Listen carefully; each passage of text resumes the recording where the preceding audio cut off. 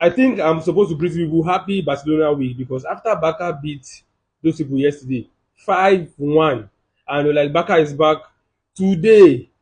Barcelona's best coach that they love so much, Pep Guardiola, returned to winning ways.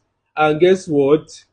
Real Madrid lost today. And you know the funny thing about this loss is Real Madrid fans have been gassed up. They are like, oh yes, they are top of the league now because they just win their remaining game in hand. They are top of the league. But now, even if they win, they are one match left in hand. They will still remain behind Barcelona because they lost today.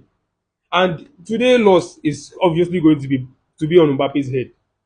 Like Mbappe is a shadow of himself right now. Like this, Mbappe, you're missing PK, you're missing big chances. Kylian Mbappe, okay, Vinicius is not there now. Prove yourself to Real Madrid fans. Win their hearts. I mean,